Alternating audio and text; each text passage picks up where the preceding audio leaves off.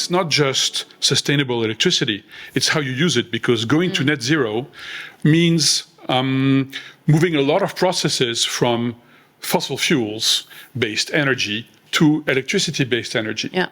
And people talk about hydrogen, but hydrogen is electricity-based resource. I mean, unless you're talking about, methane derived hydrogen, which is not sustainable. You're depleting methane, and you're emitting CO2. So that kind of blue hydrogen is not interesting.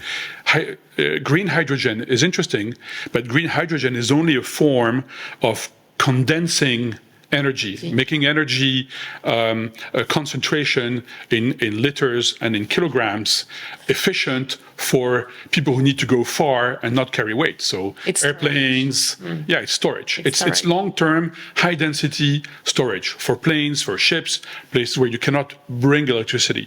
But hydrogen itself produce energy is not that, right? Yeah, you generate hydrogen with electricity.